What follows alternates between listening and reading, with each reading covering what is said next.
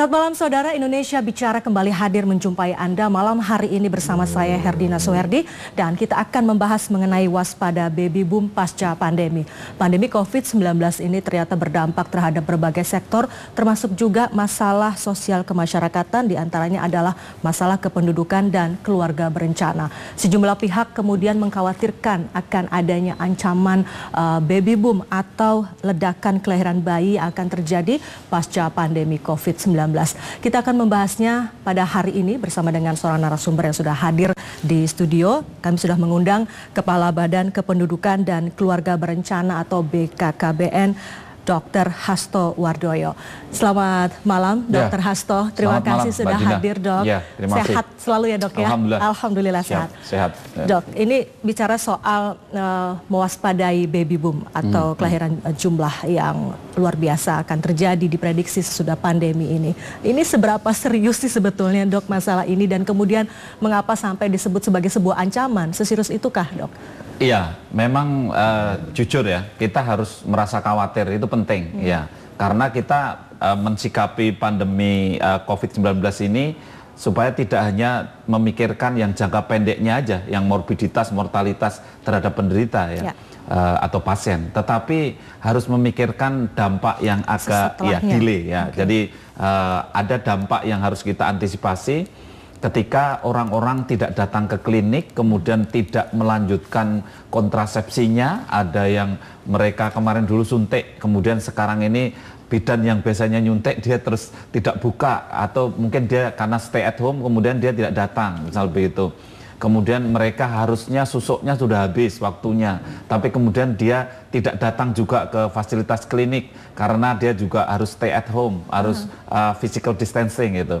Kemudian juga ada yang IUD-nya sudah habis, kadaluarsa dan seterusnya. Nah, juga ditunjang oleh bidan-bidan atau klinik-klinik yang juga mengurangi prakteknya. Oleh karena itu, jadi itu yang menjadi indikator kemudian mengapa ini dianggap sebagai sebuah potensi permasalahan gitu ya, Dok, ya? Betul. Karena adanya penurunan jumlah penggunaan kontrasepsi itu tadi. Iya, harus kita waspadai ke sana sehingga kita harus antisipasi. Ya, saya kira saya sebagai bagian dari pemerintah, saya ikut bertanggung jawab di situ untuk supaya ini jangan terjadi gitu. Jangan terjadi kemudian nanti baby boom, kemudian terjadi orang hamil banyak sekali karena stay at home kan otomatis kontak antara suami istri kan tinggi ya, ketemunya suami istri kan cukup tinggi, ini berisiko kalau misalnya. Ya. Lalu ini akan seberapa serius, Dok, dampaknya terhadap bonus demografi kita, juga termasuk terhadap secara umum terkait dengan masalah kependudukan di tanah air, kalau itu misalnya tidak diwaspadai dari sekarang? Ya, kalau kita berhitung sampai ke bonus demografi memang ini agak terlalu jauh ya, dalam arti agak panjang gitu ya, Dok, ya penjelasannya. Hitung-hitungannya panjang, tetapi sekarang kita berpikir gini dulu aja. Jadi kalau misalkan sekarang ini kan jumlah pasangan usia subur yang memakai alat kontrasepsi, itu data yang ada di kami, itu jumlahnya 28 juta. 28 juta ya, di pasangan total suami istri. 250 juta penduduk Indonesia. Iya, itu yang aktif pakai alat kontrasepsi. Kalau saya misalkan kemudian ini ada menurun 10% saja misalnya ya. Kalau ini menurun 10%, hitungan saya berarti yang kemudian biasanya pakai yang tidak pakai jadinya 2.800.000 itu. Kalau ini menurun 10% ya. Nah, tapi kalau kita ini 2.800.000, 10% dari yang semula pakai kontrasepsi terus tidak pakai. Ada 2,8 juta yang tidak pakai. Ya, ada 2,8 juta yang tidak pakai. Maka hitungan kita begini. Setiap 100 orang itu kalau kumpul suami istri dan dia usia subur, kemudian hubungan seksnya itu 2-3 kali dalam seminggu, maka 15 yang hamil itu. Ini sudah hukum alam ini ya, secara biologis memang begitu. Pada usia subur, kalau hubungan seks 2-3 kali dan dia usianya subur dan dia tidak pakai alat kontrasepsi, maka yang hamil 15%. Karena ini berdasarkan pengalaman dokter juga sebagai dokter kebidanan gitu ya. Iya, jadi memang itu angka itu susah ditolak, itu susah ditolak. Kenyataannya begitu. Sehingga kalau seandainya, jadi bisa dibayangkan gitu jumlahnya ya, kalau misalnya dari 100 juta, ada 15 orang yang kemudian hamil, dikali ada 2,8 juta tadi yang jadi kalau 2,8 menggunakan. juta ini nggak pakai alat kontrasepsi, biasanya pakai. Kan ini yang hamil sekitar 400.000 kan gitu. Ya 420.000 lah. Kalau 15%-nya kurang lebih segitu ya. Sehingga kalau misalkan ketambahan orang hamil 400 20.000 kalau menurut saya juga terlalu banyak. Baik, tapi dokter tadi kan indikatornya adalah bahwa orang-orang atau warga yang tadinya menggunakan alat kontrasepsi melalui petugas kesehatan, itu sekarang jumlahnya menurun karena adanya PSBB dan pembatasan sosial. Tapi kan ada juga yang mungkin saja misalnya menggunakan alat kontrasepsi secara mandiri, tidak datang ke dokter dengan menggunakan alternatif alat kontrasepsi yang lain misalnya. Apakah itu juga termasuk di dalam hitungan ini? Atau saya berpikir barangkali begini, mungkin tersubstitusi tadinya menggunakan yang ke dokter dan ke bidan, sekarang tidak, tapi menggunakan alat yang lain gitu. Memang hitungan kami yang tadi saya katakan 28 juta itu yang terregister ya, dalam arti yang tercatat itu.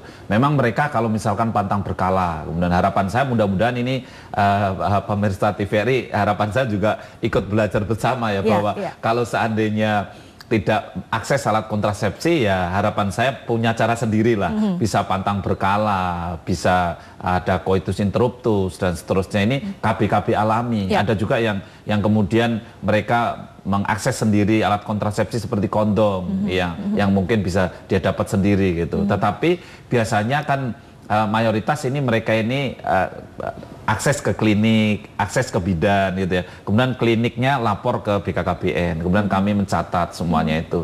Jadi kami sekarang ini memonitor ketat penurunan dari Februari ke Maret, ini kami kontrol betul. Kemudian kami bulan April ini sudah gerak cepat, ini kemarin bulan April, nanti tanggal 10 kami akan mengevaluasi lagi, seluruh Indonesia akan kami catat lagi, akan kami bandingkan antara Februari, Maret, April. Baik.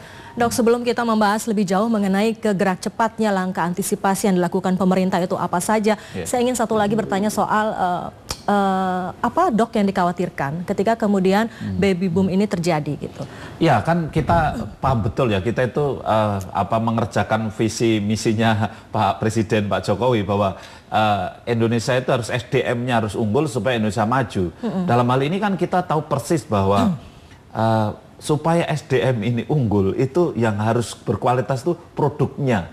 Nah, kalau seandainya terjadi kehamilan yang meningkat itu mayoritas nanti tidak sengaja, hanya karena pandemi COVID kemudian dia tidak menginginkan kehamilan, tidak terencana dengan baik.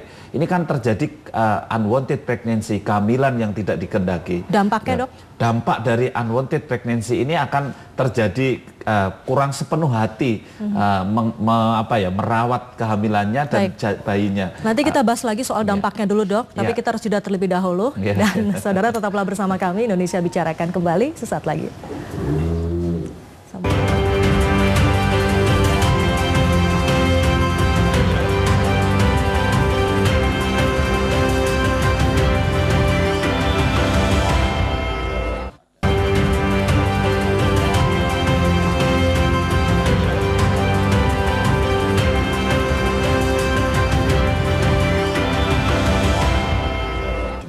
Baik, saudara terima kasih Anda kembali bersama kami di Indonesia Bicara. Kami masih membahas mengenai waspada baby boom pasca pandemi karena ini ternyata menjadi sebuah masalah yang cukup serius jika tidak diantisipasi sejak awal.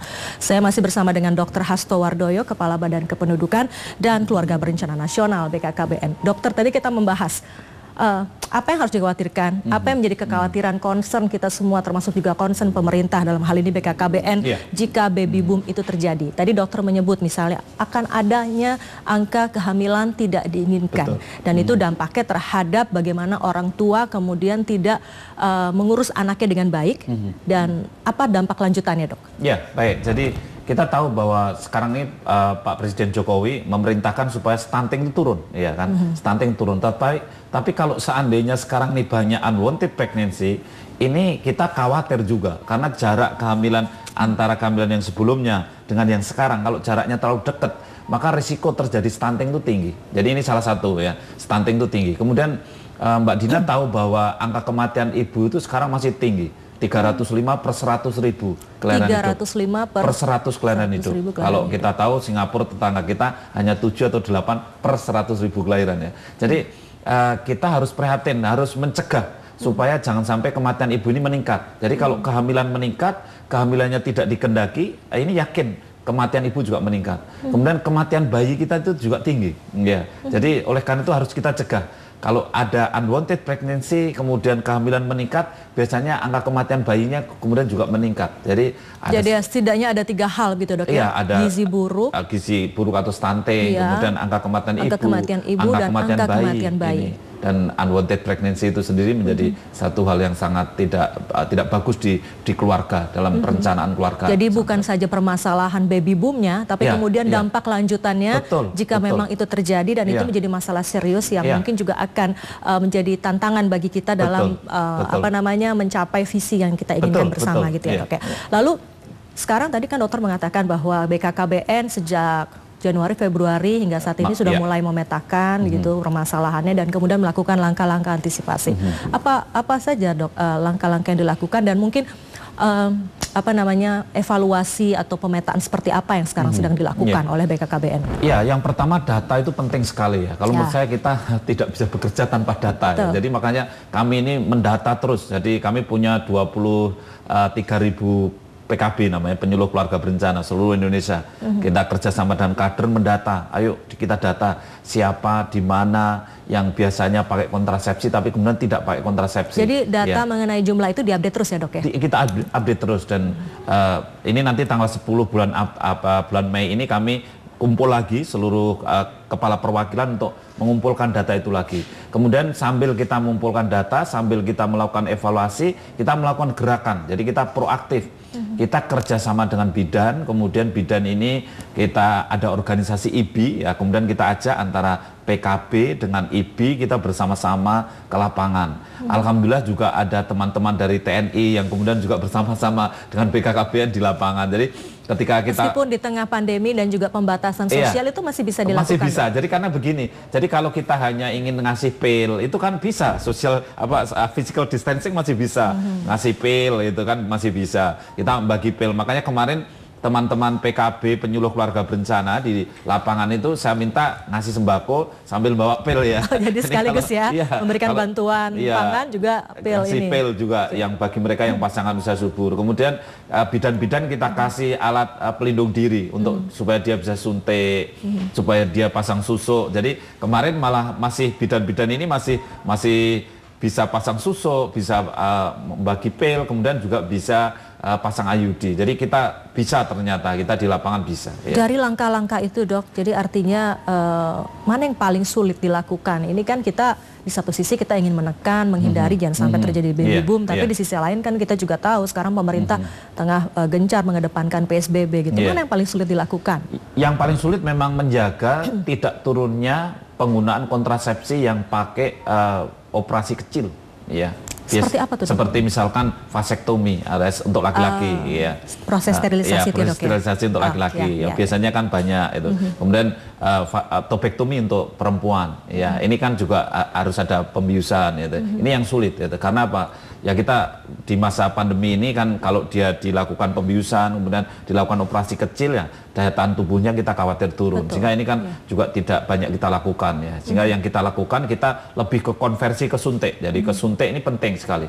Karena hampir kemarin kita di bulan Maret ini kita masih bisa nyuntik 300-sekian ribu orang ya untuk suntik KB. Di bulan Maret ini saja. Di bulan saja. Maret itu ya. Saya berharap bulan April ini juga nanti datanya terkumpul naik. Tapi di bulan Mei Juni ini kami akan kerja keras. Kami akan menyiapkan Hari Keluarga Nasional itu untuk kemudian kita gerakan memberikan layanan di tengah rakyat untuk kita 1 juta aseptor. Jadi kami akan mengejar 1 juta aseptor sekaligus untuk nutupi kekurangan yang bulan Maret. 1 juta aseptor itu untuk dari Maret hingga Juni atau hanya di Juni dok? Di Juni aja. Di Juni saja. Jadi di Maret ini sudah 300. Itu hanya yang suntik saja, hanya suntik aja. Kalau total layanan jelas lebih dari 1 juta itu setiap bulannya itu. Itu merata dok di seluruh wilayah di tanah air atau hanya di kota-kota besar? Relatif merata. Tetapi daerah-daerah tertentu yang sulit jangkauannya memang kita mengalami beberapa kendala juga, seperti katakanlah di NTT, di Maluku, kemudian di Papua Barat, di Papua ini kan memang jangkauannya tidak gampang, sehingga daerah-daerah itulah yang kita harus kerja keras. Lebih ke masalah kendala itu ya, karena letak geografis dan sebagainya. Betul, karena geografis. Salah satu juga yang menjadi kendala kita saat ini kan adalah ketersediaan alat-alat kesehatan. Apakah itu juga termasuk menjadi isu, Dok, bagi ketersediaan alat kontrasepsi, aseptor dan sebagainya? Kalau BKKBN tidak. Jadi karena gini, hari ini saya pastikan bahwa ketersediaan suntik, kemudian susu, kemudian pil itu cukup ya, cukup. Ya, jadi kami kalau di BKKBN tidak ada kekhawatiran itu. Tinggal kita harus seperti yang dikatakan Pak Presiden, harus kita deliver ya, sampai ke end user, sampai ke betul-betul pengguna. Itu kita harus mengawal rantai pasok ini sebaik-baiknya. Itu yang fokus juga kami kerjakan supaya betul-betul. Dan itu mungkin yang lebih berat saat ini ya, Dok ya. Bagaimana memastikan itu sampai gitu ya, bukan saja sekedar ketersediaan ya. Karena transportasi dan sebagainya kan ada pembatasan. Selanjutnya mungkin saya ingin memastikan bagaimana kemudian cara BKKBN untuk memberikan pemahaman kepada masyarakat bahwa ada loh yang harus kita pikirkan lagi selain sekedar mencegah tidak tertular dari COVID. Betul. Kita akan bahas nanti setelah jeda.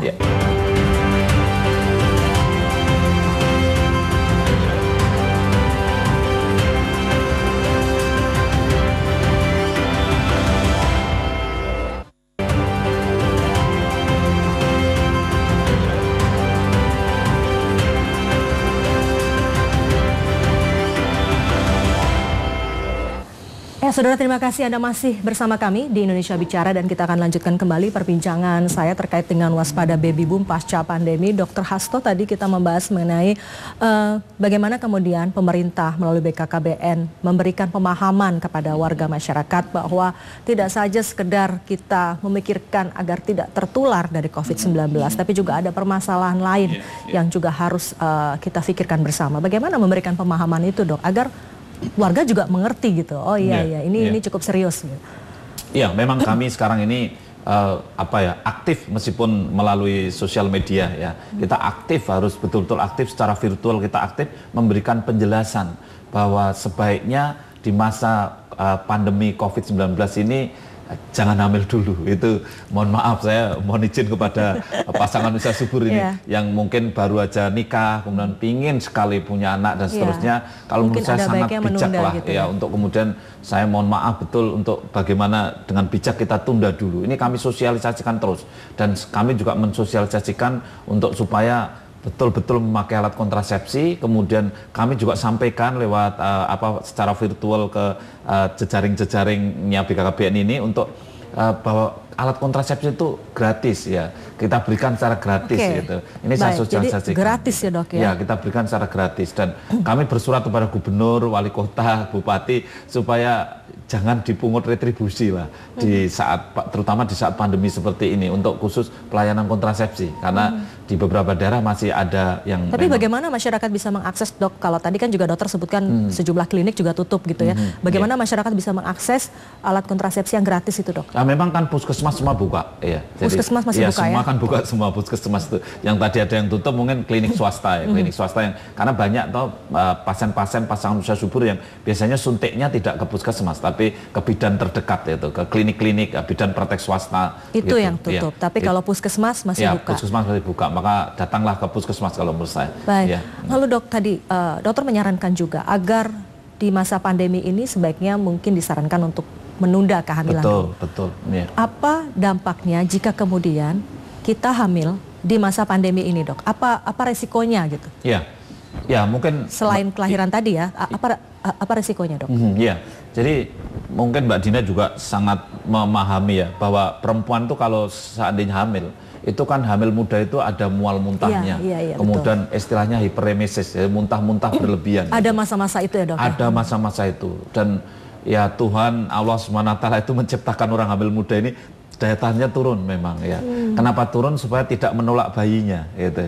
Iya, itu sudah hukum alam ya. Sehingga ketika daya tahan turun ini kan saya khawatir juga kalau banyak yang hamil daya tahannya turun, muntah mual. Ini kalau seandainya kemudian mudah kena virus kan ini repot juga, lebih repot itu. Oleh karena itu bahayanya karena daya tahan turun, situasinya ada mual muntahnya, bisa mudah terkena infeksi.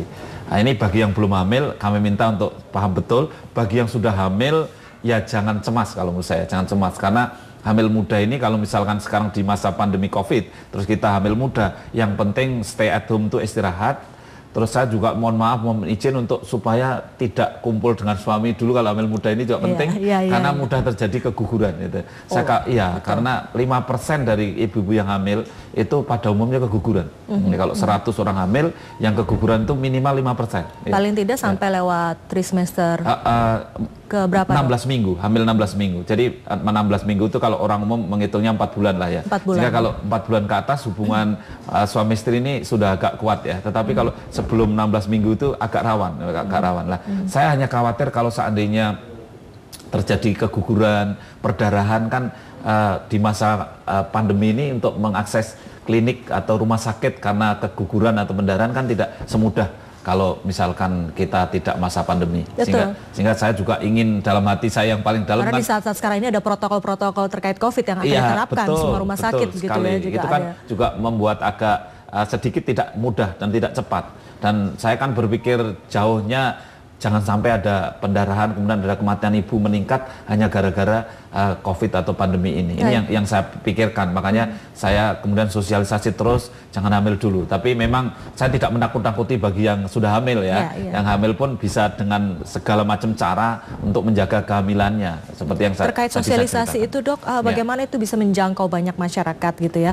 Apakah juga ini kan sekarang ada fenomena work from home, gitu, stay at home. Kemudian orang juga tetap melakukan pertemuan secara virtual. Apakah terobosan itu juga dilakukan oleh BKKBN untuk menyampaikan dan mendeliver ini tadi kepada warga? Jadi kami melakukan itu karena gini, kan sekarang ini kan di masa pandemi ini banyak juga teman-teman public figure, artis-artis yang ternyata mau juga untuk menjadi relawan. Tidak seperti tidak harus jadi dokter atau perawat, tapi dia jadi relawan. Biasanya kan masa tidak pandemi ini kan kalau kita mengakses artis itu berat ya. Mungkin tidak kuat di ongkos juga ya. Tetapi di dalam era pandemi ini kan ada juga banyak teman-teman artis yang sangat baik dengan BKKBN kemudian membuat vlog, kemudian kita bisa dialog bagaimana efek terhadap ibu hamil gitu. Kemudian kita share itu. Lumayan ini. Ya sekali share bisa 200.000, 300.000 kan lumayan. Melalui akun-akunnya BKKBN ya. BKKBN dan juga melalui followernya dia. Followernya public figure ini tersebut kami lakukan itu. Kemudian kemarin kami juga launching web Siap Nikah. Lah di situ web Siap Nikah ini ada web Siap Nikah ya dok ya? Ada web Siap Nikah. Nanti Mbak Dina bisa buka itu sekali-sekali. Itu BKKBN kerjasama dengan Rumah Perubahan untuk membuat itu. Itu di dalamnya juga kami isi tentang baiknya berencana lah kalau mau hamil tuh. Jangan ada hamil yang tidak berencana dan jangan hamil kalau tidak penting-penting amat itu ya. Jadi jangan hamil kalau tidak berencana dan jangan hamil kalau tidak penting-penting amat. Itu. Dan jangan terlalu. Ada 4 terlalu yang harus kita hindari. Apa tuh dok? 4 terlalu. Kalau hamil tuh jangan terlalu muda, jangan terlalu tua, jangan terlalu sering, gitu. Dan jangan terlalu banyak. Gitu. Jadi 4 terlalu ini yang membuat kematian ibu, kematian bayi dari tinggi. 4 hal itu tadi dok, ukurannya itu berapa saja? Misalnya terlalu muda, berapa muda, usia yang? Tidak boleh kurang dari 20 tahun. Tidak boleh kurang dari 20 tahun. Jadi jangan melahirkan dan hamil sebelum 20 tahun. Ya. Kemudian yang kedua, jangan terlalu tua. Jangan hamil dan melahirkan di atas 35 tahun. Ya, jangan di atas 35 itu sudah termasuk high risk pregnancy ya, kehamilan risiko tinggi. Kemudian yang ketiga jangan terlalu sering. Berapa sering sih dok tahun. bolehnya? Jangan hamil Jangan baru setahun terus hamil lagi gitu ya. Jadi kalau beri jarak gitu ya. Betul. Jadi sebelum 3 tahun jangan punya adik lagi gitu ya. Kalau dulu kan BKKBN ada kita punya program 2 anak saja dan sebagainya. Kalau sekarang berapa? Ya sebetulnya memang cita-cita kita 2 anak. Oh tetap 2 anak ya sebetulnya ya. 2 anak programnya ya. Iya. Jadi rata-rata BKKBN itu mencita-citakan rata-rata satu perempuan tuh ya 2,1 lah melahirkan tuh. Jadi kalau 2,1 dan itu kan tentu bukan tanpa alasan ya. Pasti ada alasan kesehatan di belakang mengapa kemudian angka itulah yang ideal sebaiknya dilakukan. Sekali. Jadi di seluruh dunia kalau ada orang hamil 3 kali dinamakan multi ini sudah nanti multi. Nanti dokter bisa jelaskan lagi, tapi kita harus kembali jeda dan saudara tetaplah bersama Indonesia Bicara akan kembali setelah jeda berikut ini.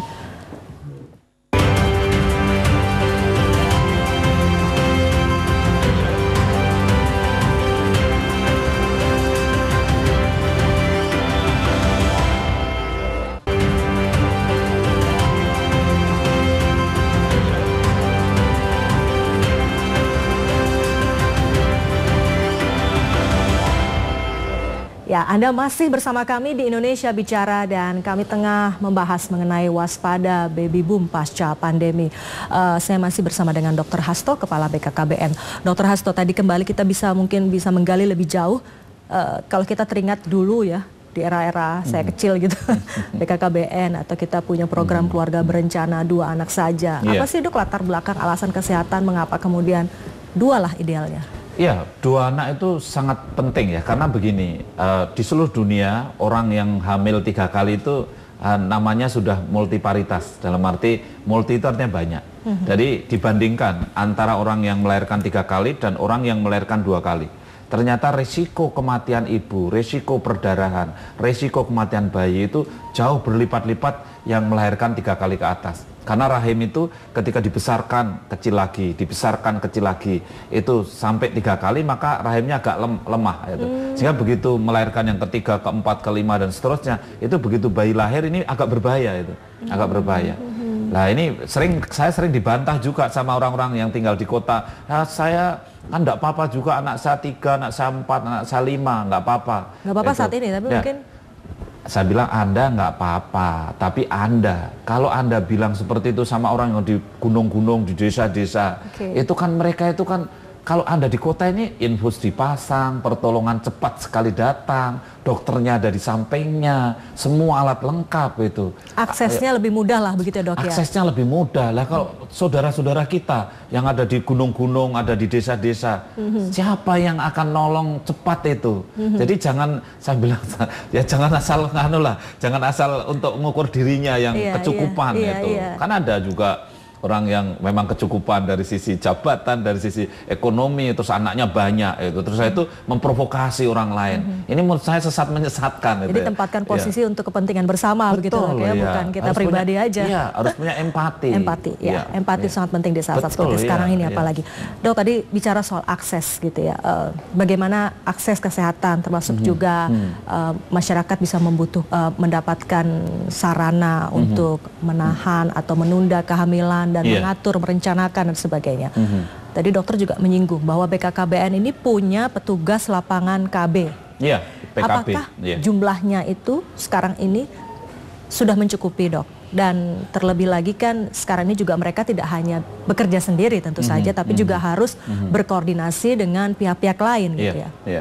Gimana? Kalau jumlahnya sangat kurang ya, karena sangat kurang. Karena satu PKB ini dia mengcover 6 desa rata-rata. Ya di seluruh Indonesia, bahkan ada di daerah-daerah tertentu seperti di Maluku, di NTT itu ada yang satu PKB mengcover sampai 10 desa. Ya, ini padahal kan, satu desa jumlah penduduknya banyak.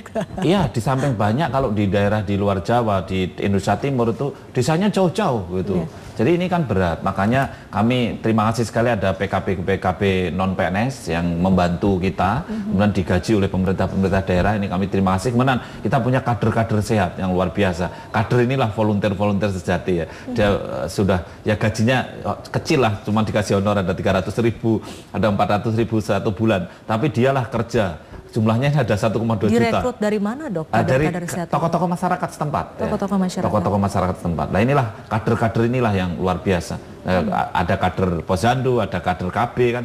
Di desa itu ada begitu. Yang kemudian mereka bekerja tanpa pamrih. Ini betul-betul kita mengucapkan terima kasih ya, dan mereka yang kadang-kadang juga membantu mengingatkan untuk pilnya diteruskan, suntiknya diteruskan. Mereka juga yang membantu untuk kalau misalnya ada pelayanan yang antar gitu ya. Iya, karena mekanisme seperti itu memang hingga saat ini masih terus dilakukan, terutama di desa-desa Dok. Iya, betul. Memang kita sangat berbeda kondisinya dengan kita yang di perkotaan. Iya, sangat berbeda. Jadi kita itu sangat tergantung, kader itu penting sekali. Dan inilah bagus gotong royong kita ini memang inilah. Jadi sekarang ini di tengah pandemi ini nilai-nilai Pancasila, apa yang sudah kita punya dari dulu ini sekarang diuji dan kita buktikan gitu. Iya, dan yang menyelamatkan bangsa kita ya ideologi kita ini Pancasila kan. Dalam arti ketika Pancasila itu kalau diringkas satu sila kan gotong royong. Jadi gotong royong inilah yang menyelamatkan kita. Dan ternyata petani-petani lebih survive karena dia bisa makan produk sendiri.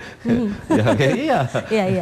Dan di tengah kondisi yang sekarang ini ya sulit lah bagi semua orang ya. Mungkin tidak hanya di desa, tidak hanya di kota, tapi ini saat-saat yang prihatin bagi semua pihak. Sejauh mana kemudian seoptimis apa BKKBN akan bisa mampu gitu ya mengantisipasi dan menekan angka kelahiran bayi atau baby boom ini, Dok? Ya, kami optimis karena begini ya, kami itu masih bisa melakukan kegiatan pelayanan kontrasepsi dengan penggerakan. Penggerakan itu ya dengan secara beramai-ramai bersama-sama dengan kader-kader itu untuk kemudian ayo kita bersama-sama menggerakkan masyarakat itu. Hanya memang pelayanannya harus dengan physical distancing, kemudian dengan protap yang benar. Protapnya super ketat itu ya. Tetapi kami masih bisa menggerakkan. Dan mereka menggunakan petugas-petugas menggunakan APD dan sebagainya. Iya, pasti itu. Setidaknya masker gitu ya, Dok. Iya, itu dan kami juga didukung mitra-mitra kami dari Komisi 9 DPR RI yang kemudian nanti juga di masa pandemi ini sebentar lagi, seminggu 2 minggu lagi akan turun bersama BKPN untuk kemudian hadir di tengah rakyat. Kemudian juga bisa memberikan sembako sekaligus memberikan alat kontrasepsi ini. Jadi turun langsung ke lapangan tuh nantinya, Dok? Iya, artinya kalau teman-teman Komisi 9 mungkin situasional ya, mungkin beliau bisa lewat secara virtual dan seterusnya. Tapi kami dengan petugas PKB dengan bidan-bidan turun ya ke lapangan ya. Dok, setiap sebuah program gitu tentu harus ada evaluasi atau tolak ukur untuk nanti kemudian menghitung kesuksesan atau keberhasilannya. Betul. Sejauh ini sudah ada evaluasinya atau masih belum, Dok? Selalu kita evaluasi. Jadi kan laporan ini harus selalu kita kumpulkan ya. Jadi kalau di mana melakukan apa itu harus selalu dicatat. Dan kira-kira untuk bisa mencapai target, misalnya nanti di bulan Juni akan ada berapa tadi 1 juta aseptor gitu ya, Dok ya. Perbaikan apa kira-kira yang harus dilakukan di bulan-bulan ini? Masih ada Mei hingga ya masih ada sebulan lagi gitu ya, Dok ya. Apa perbaikan dari evaluasi yang sudah dilakukan? Mendorong rantai pasok. Jadi rantai pasok alat kontrasepsi harus kita dorong. Jadi saya membuat surat edaran sebagai kepala BKPN untuk supaya yang biasanya PKB itu tidak ikut mendistribusi alat kontrasepsi, sekarang saya buat dia ikut itu ya, ikut mendistribusi. Biasanya kan ketat sekali, tidak boleh obat dibawa oleh bukan tenaga medis gitu ya.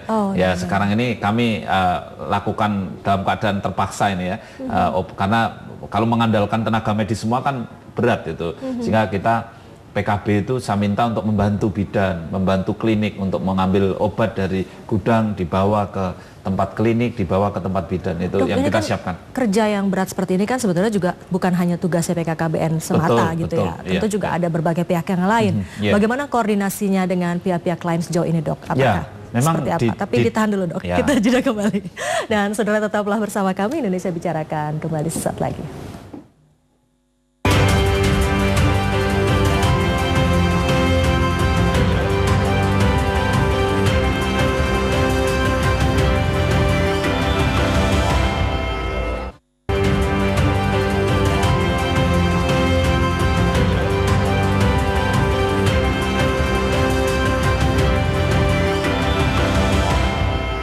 Anda kembali menyaksikan Indonesia Bicara. Saya tengah berbincang bersama dengan Kepala BKKBN Dr. Hasto Wardoyo. Kita membahas mengenai waspada baby boom pasca pandemi COVID-19.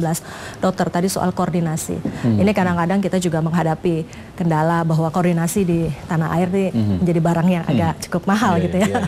Sekarang kondisinya gimana, Dok? Apakah koordinasi bisa dilakukan dengan memang harus ya, koordinasi harus. Saya bukan saya pengalaman sebelum di BKBN ini 7 tahun jadi bupati, saya merasa bahwa ini kan banyak kepala-kepala yang di daerah itu kan yang harus kita hormati. Mereka punya regulasi dan seterusnya, sehingga kami harus selalu dalam bahasa Jawanya harus kulon nuwun lah, dalam arti ke masing-masing mereka ini, sehingga kami sangat menghormati mereka. Kemudian kita contoh saja ya, seperti katakanlah kita ingin sekali supaya tidak dipungut retribusi ya, kami kan harus bersurat kepada mereka. Saya juga sebelum ada pandemi saya sudah datang kepada mereka, ini penting sekali ya. Kemudian saya juga ada hal yang baru, misalkan seperti kepala-kepala OPD KB-nya yang ada di daerah-daerah itu, kan kita minta untuk mengkoordinir PKB-PKB, yang mana PKB-PKB ini kan miliknya pusat ya, tetapi kan harus dikoordinir oleh OPD atau dinasnya Pak Bupati dan Wali Kota, sehingga kami sejauh ini ada kesulitan nggak, Dok?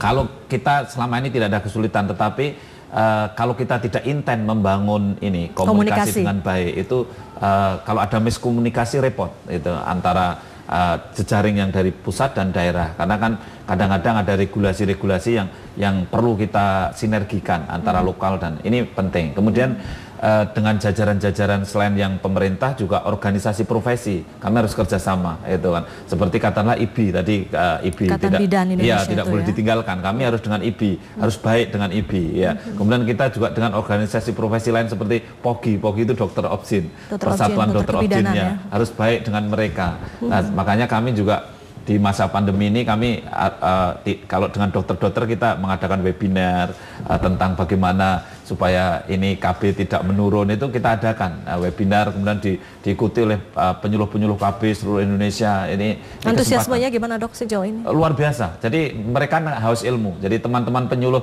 di desa-desa itu ketika kita ajak webinar itu senang mereka itu. Mereka senang mendapat ilmu langsung gitu. Artinya ada berkahnya lah di masa pandemi COVID ini. Jadi kita bisa langsung gitu, dan bagi BKKBN juga ada berkahnya, kita bisa menghadirkan pakar-pakar itu tanpa ada kesulitan itu. Biasanya kan sulit itu. Di saat-saat seperti sekarang ini malah lebih kita menghadapi apa ya namanya ya model baru ya. Iya, model baru. Jadi ternyata tidak dan sulit. Dan banyak dampak positifnya juga ternyata ya di balik kesulitan ini. Dokter, ini saya kemudian ingin bicara soal anggaran. Nah, ini kan pemerintah pusat begitu juga sudah mengarahkan ke semua kementerian untuk melakukan refocusing anggaran. Bagaimana BKKBN menghadapi hal ini? Ya, BKKBN juga melakukan refocusing, dan anggaran yang di BKKBN hampir sekitar 408 miliar kita serahkan kembali ke Kementerian Keuangan 140 bukan 408 miliar. 408 miliar dan kita refocusing, artinya dari BKKBN ditarik kembali ke Kementerian Keuangan untuk digunakan keperluan pandemi COVID-19, keperluan yang lain. Tapi di BKKBN sendiri masyarakat tidak perlu khawatir karena kami mengamankan ProPN, artinya prioritas program nasional kita amankan, seperti katakanlah mencegah stunting, kemudian masalah alat kontrasepsi ya, yang jadi kendati itu sudah dikembalikan tapi tidak mengganggu ini ya dok ya, anggaran untuk itu ya. Betul, yang kita potong tuh kegiatan yang quote and quote agak hura-hura gitu ya. Jadi seperti katakanlah seminar-seminar, peringatan-peringatan. Toh seminar juga sekarang bisa dilakukan secara webinar ya, virtual gitu. Betul, dan itu ya pertemuan, ya biasanya kan ada pertemuan-pertemuan yang menghadirkan membutuhkan banyak anggaran. Betul ya, transportasi itu banyak sekali. Oleh karena itu dana-dana untuk transport itu, untuk perjalanan dinas itu kita efisiensikan betul-betul sangat efisien. Kami juga bersyukur ini betul-betul ada berkahnya, dalam arti ada manfaatnya ini. Orang tidak perlu berboros-boros, ternyata bisa. Pertemuan itu dulu kan harus ngundang dari seluruh Indonesia 34 provinsi harus datang, naik pesawat, nginep di hotel. Bisa dibayangkan gitu ya, biayanya berapa, anggarannya berapa? Juta, bahkan miliar itu.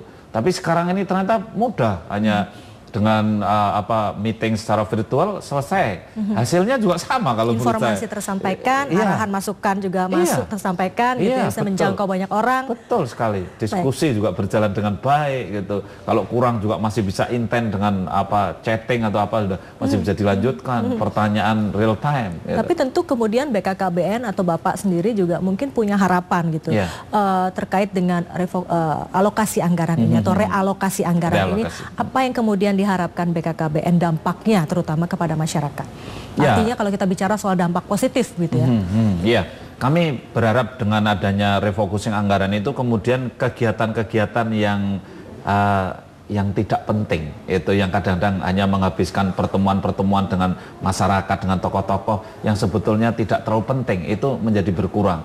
Pelayanannya lebih meningkat, itu yang harapan saya. Jadi contoh ya, misalnya seperti di kegiatan di Kampung KB misalnya. Di Kampung KB itu kan banyak pertemuan misalnya itu.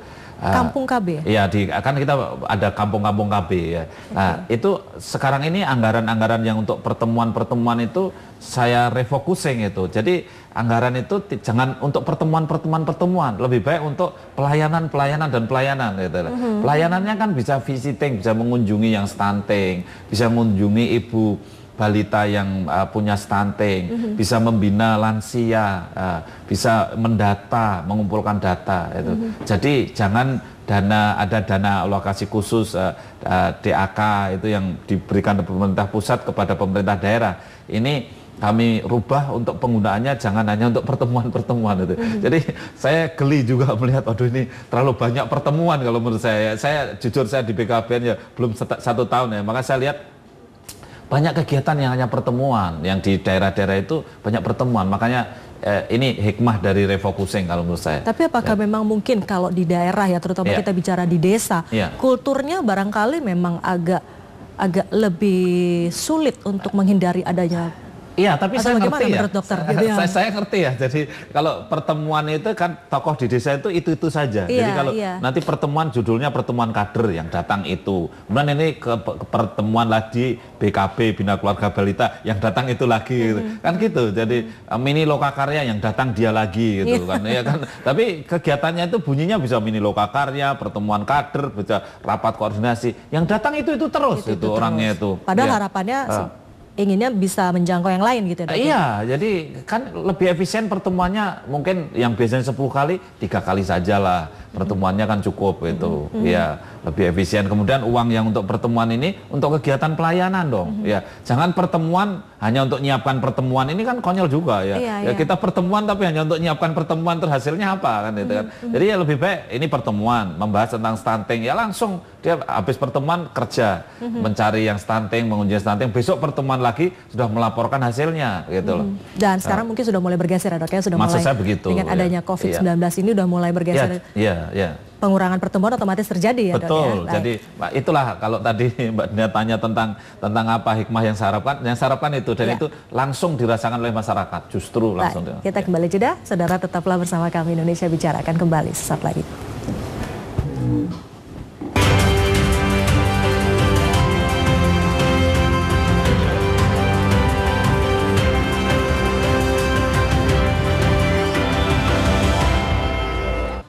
Saudara, dalam video amatir terlihat petugas medis ketika merawat seorang pasien kategori pasien dalam pengawasan penyakit COVID-19.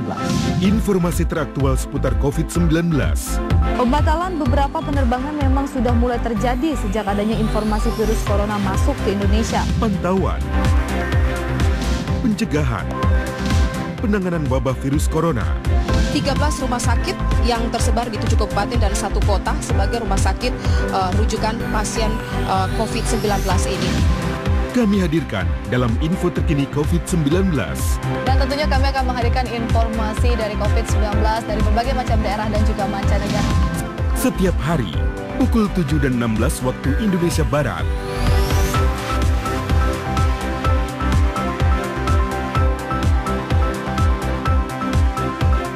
TVRI, media pemersatu bangsa.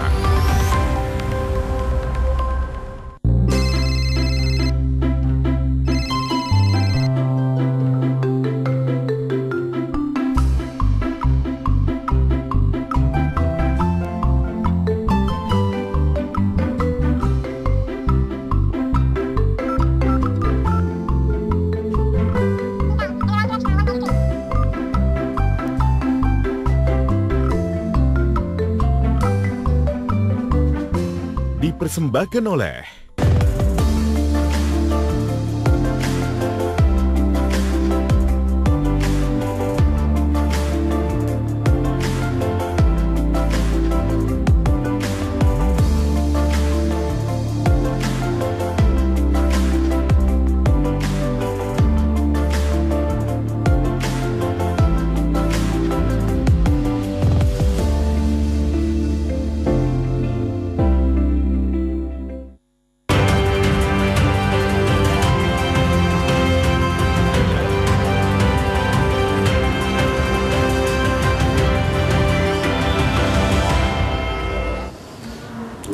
Terima kasih Anda masih bersama kami di Indonesia Bicara. Saya lanjutkan kembali perbincangan di segmen terakhir ini, masih bersama dengan Dr. Hasto Wardoyo. Dok, ini kita sebelum nanti kemudian ke imbauan kepada masyarakat, ini kan sekarang selain pandemi COVID-19, kita juga sekarang tengah menjalani ibadah bulan suci Ramadan gitu ya.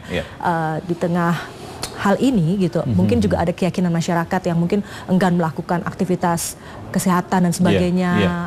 Di tengah bulan puasa ini ada pengaruhnya nggak, Dok?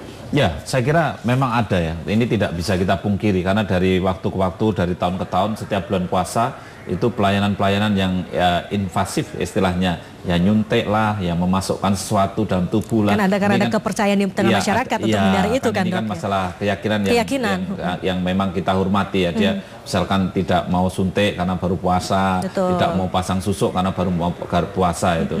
Cuman memang kemarin yang kita tekankan kepada mereka-mereka di lapangan ini kan praktek itu kan sore ya, sore malam, bidan-bidan itu kan praktek sore malam, sehingga saya memang harus komunikasi intens dengan teman-teman IBI ini untuk supaya mereka itu tetap menjaga prakteknya sore malam ini juga mengubah bisa pola ininya ya, Dok, ya, pola praktek yang tadinya siang mungkin malam sudah buka puasa, jadi tidak terganggu target. Puasa. Karena bidan praktek mandiri ini kan memang banyak juga yang sudah sore malam, sehingga porsi sore malamnya itu diperbanyak itu supaya mereka dapat dilayani. Tapi memang betul sekali bahwa kita rasakan bahwa di bulan puasa tentu sangat berpengaruh. Baik, Dok, tadi BKKBN sudah menyiapkan 5 langkah antisipasi yang akan dilakukan untuk mengejar ataupun menahan laju kelahiran bayi baby boom pasca pandemi ini. Dari kelima langkah itu, Dok, apa yang paling menjadi fokus saat ini, yang paling dikejar? Ya, yang paling kami kejar sekarang ini adalah bagaimana kami bisa menyiapkan data yang betul-betul real time, kemudian dari data itu kami bisa menyiapkan pelayanan serentak itu yang paling kami siapkan. Jadi kami sekarang ini harus menyiapkan pelayanan serentak untuk menutupi semua yang drop out. Ya, itu yang itu tugas besar ini. Jadi karena saya yakin ada bulan puasa plus COVID-19 ini pasti drop out-nya tinggi ya. Jadi maka langkah yang paling penting adalah menutupi drop out, mengejar yang drop out itu yang paling penting itu kalau langkah yang kami siapkan. Untuk menutup jumlah petugas layanan tadi yang terbatas jumlahnya bagaimana, Dok? Ya, memang kami sekarang ini kolaborasi dengan kader, makanya manfaat secara virtual sekarang ini kita bentuk.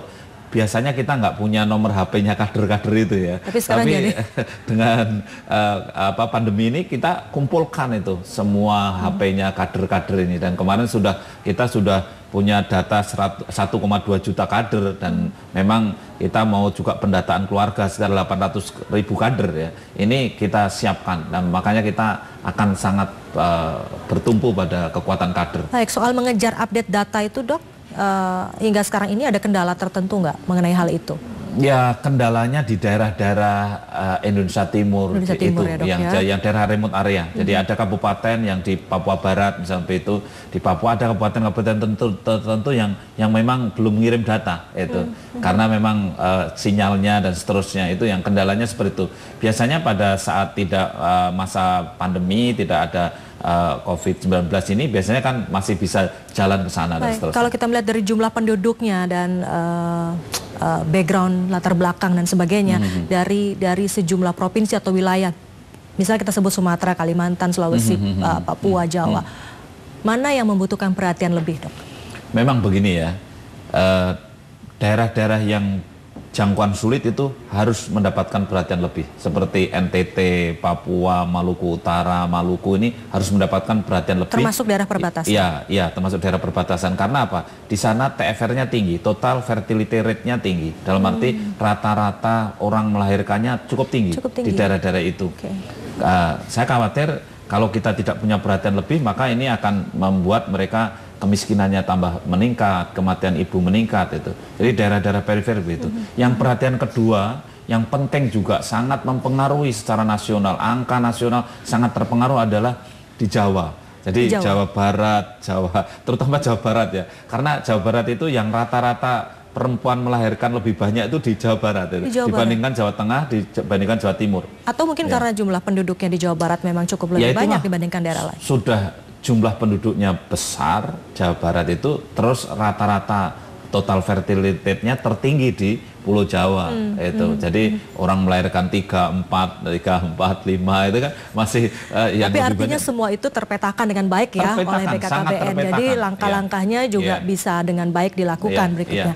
Baik, kita sudah sampai di penghujung, Dok. Mungkin bisa disampaikan kembali imbauan ataupun saran kepada warga masyarakat di seluruh Indonesia ini agar untuk menghindari terjadinya baby boom ini.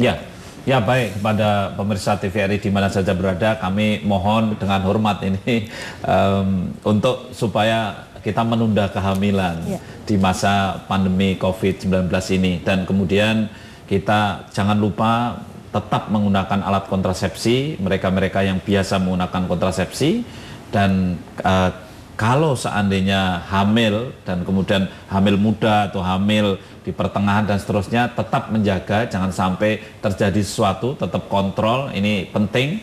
Kami memberikan layanan kontrasepsi di seluruh Indonesia. Alat kontrasepsi kami berikan secara gratis melalui bidan dan juga melalui klinik-klinik yang ada. Terima kasih. Baik, Dr. Hasto Wardoyo, Kepala Badan Kependudukan dan Keluarga Berencana Nasional. Terima kasih banyak, Dok, sudah berbincang bersama kami malam hari ini.